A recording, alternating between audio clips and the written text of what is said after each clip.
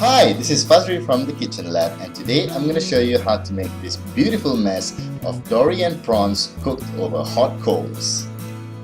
Okay, this is a piece of dory. Dory is a bit flat in taste, so you need to season it properly with a nice grinding of freshly ground black pepper.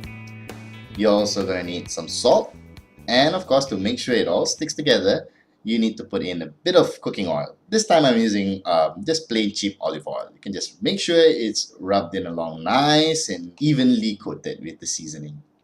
Once the fish has been properly seasoned, we're going to keep some moisture in it and add a bit of flavor with some lemons. Okay, I'm going to take this lemon and cut it into thick slices like so. Make sure it's nice and thick so that you get a nice chunky juice, and you can squeeze it out later.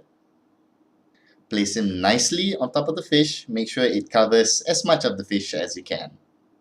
On top of the lemons, I'm going to put some parsley. Okay, this is just some fresh English parsley. These are cheap. All I'm going to do is I'm going to rip out the stalks, and then I'm just going to rip the leaves in half and just scatter them all over the lemons. On top of the parsley, I'm just going to put some prawns. Okay, prawns taste good on their own, so I've just removed the head and the shells. But I've got the tail fin on just for appearances. They don't need a lot of help because they taste great on their own. So just put them on the parsley, and then I'm going to season it with some salt and pepper. We're going to finish everything off with just a little drizzling of oil, and then we're going to wrap it up. We're going to make a big pouch out of this. So make sure you lay out a large sheet of aluminium foil. Okay, we're going to fold it over once. We're going to fold it over the sides, and then we're going to fold it over again. And one more time, okay, so that it looks like this. And then you make sure you tuck the sides again to make sure none of the juices and vapor leaks out of the pouch.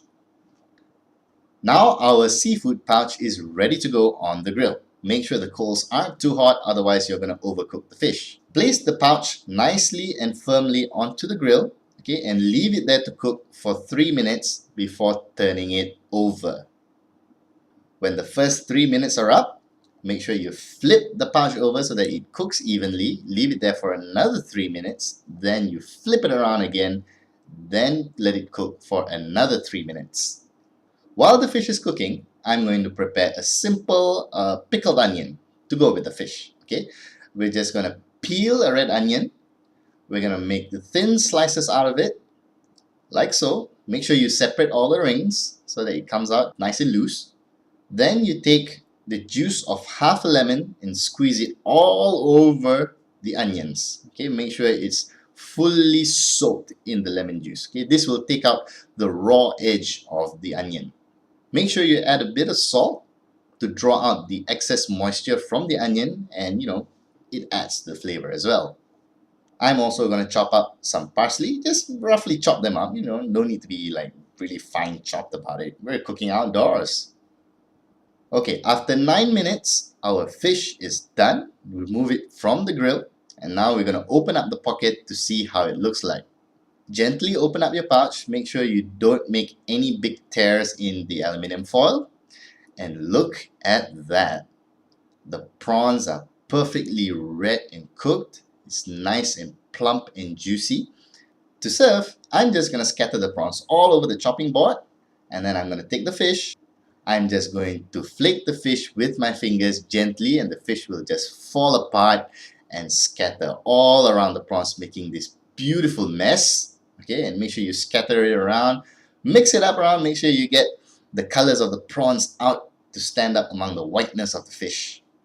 I'm also going to put my lemons. The slices are great. This well cooked. You can squeeze it all over the fish so the juices will flavor the fish even more. Now I'm just going to shower it with the pickled onions. Okay, this adds color and vibrance and adds great texture to the whole dish. To finish it off, I'm just going to sprinkle over the roughly chopped parsley to give it vibrance and a little bit of freshness to the dish. And that's it. We are done. Have a look at that. It's beautiful. It's very simple. I hope you try it yourself at your next barbecue. Have fun!